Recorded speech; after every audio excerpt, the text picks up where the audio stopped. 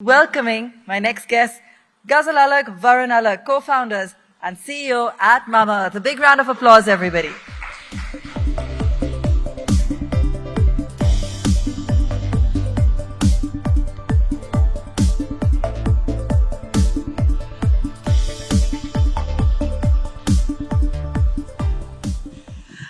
All right. Great to have you both here. Now, we've heard the story, Ghazal, Varun, of how it all began and, how you started making products for your child and it led to this entire business opportunity.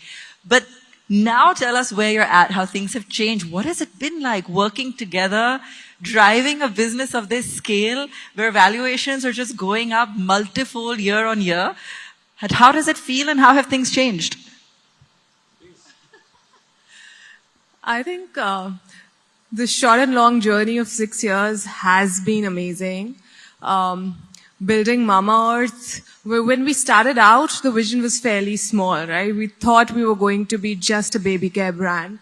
But an overwhelming response from our consumers, their love, pushed us to do better and more, continues to do that today as well. So what started as just Mamaearth baby care with just 6 brands in the first 3 months. As a company, we are now 6 brands strong. We have more than 350 products in our portfolio. So truly a commendable journey.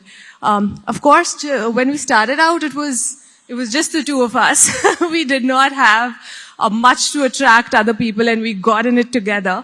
But I think that was the best decision and the best part of building a life and a company together. The fact that we were sharing a personal life together just helped us manage the professional side also really well because we understood how we were thinking, how we responded to situations, how division of role needs to happen because we were also doing that back at home. So all of it worked out, I think.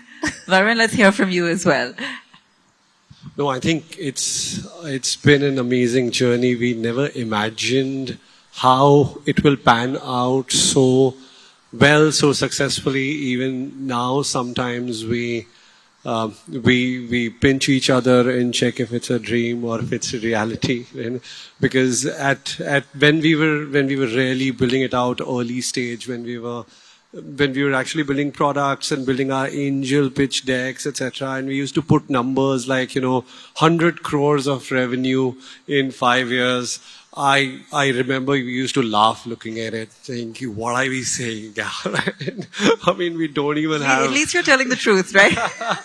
Yeah, I mean, we just, because you start like, I still very vividly remember we launched on 5th December 2016 and on 23rd December of 2016, when someone from Bombay, reached out and they said they wanted to order 25 kits of baby products from us. And oh my God, you won't believe how mad we went, right? I mean, we were selling like 10, 12 units every day and 25 kits because they wanted to give it as a giveaway on their Christmas party, right? And they wanted it on 25th. And we actually didn't have that much stock also. And we had to reach out to our manufacturer, work with them. And from our factory, we directly sent out the... So it started that small.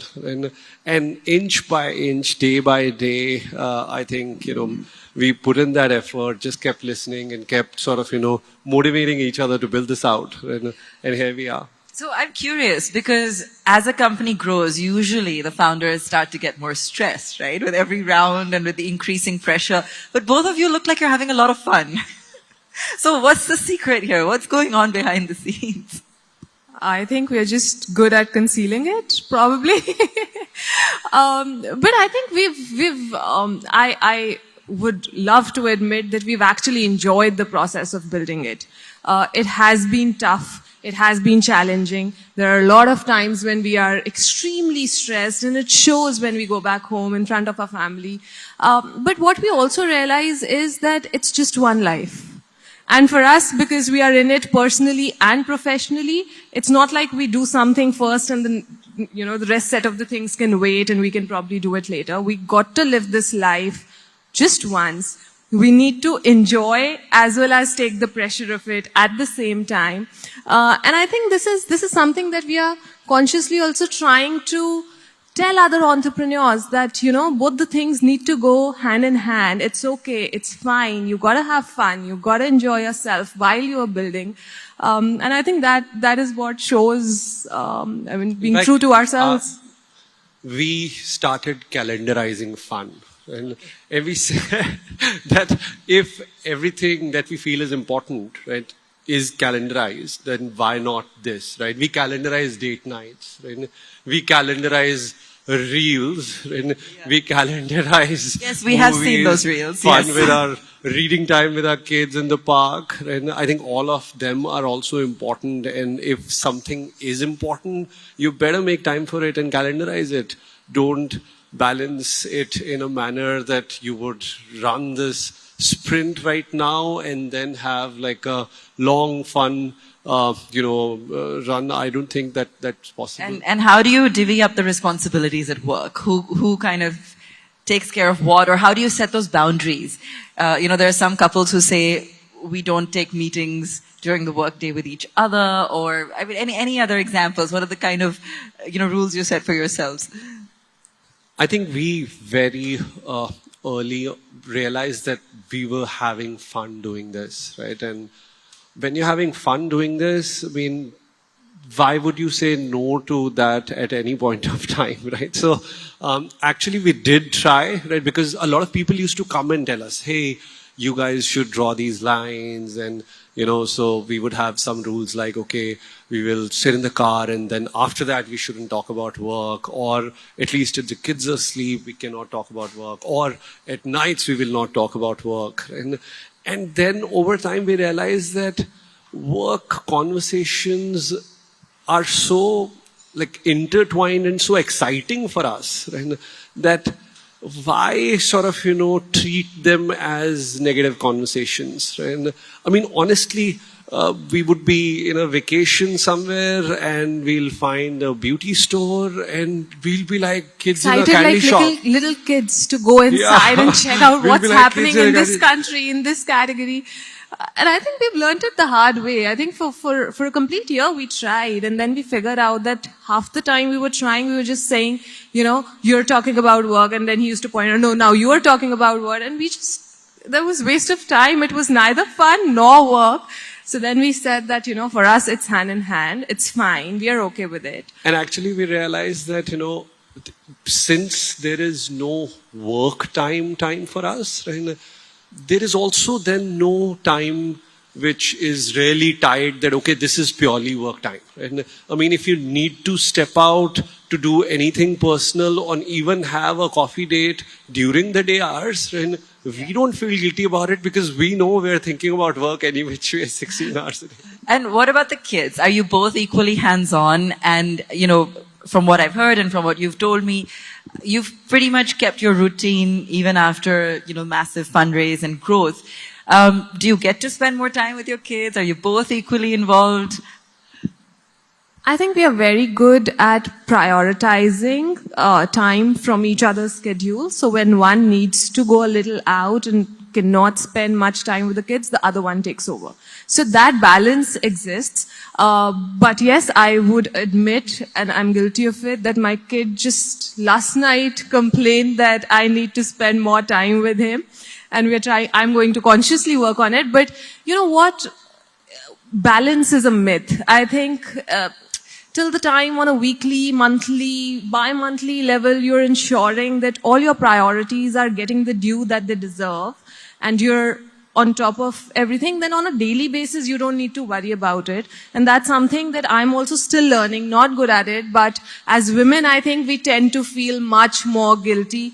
We take the blame of everything not working out on ourselves. And we need to let go of that pressure a little. Again, like I'm saying, I'm also in the process of figuring that out still. So, we're almost out of time, but I'm going to get a closing comment from both of you because I know your numbers are looking good. I know the IPO, you're still waiting a little bit, but everything seems to be on track. So while everyone was very curious as to how you would achieve some of those goals that you set for yourselves, For the moment, at least, it looks like things are on track. What is the one thing you are aiming for to achieve at the end of this year for Mamaearth, both of you, individually? Yeah, I think, our visions are much more long range in nature. And, from a year perspective, we just want to continue growing disruptively. Market is there for the taking. Indian consumers evolving. We want to make sure that we come across as a company which is not just Mamaearth, but has capability to provide all kinds of propositions, and hence all our other brands are doing also exceptionally well. But in the longer term, we would like to be the largest beauty and personal care FMCG from India for the world. And that's what we are building for. Ghazal, the last word. See, the visions have to be aligned here, right? No, I mean, for all the right reasons. But I think, personally, Mamaearth has been known for innovation and the kind of products, the quality of products and the kind of innovations that we bring to table. And when you're doing that aggressively, it becomes slightly difficult to continue to do that at a disruptive level. And my aim is to continue to do that for the next 5, 10, 15 years. And that keeps me awake. Staying close to consumers, listening to them, innovating basis, what is it that they're looking for? What will add value? I think personally for me, that's going to be the goal. Wonderful. A big round of applause. Ghazal Alagh and Varun Alagh. Thank you so much, both of you.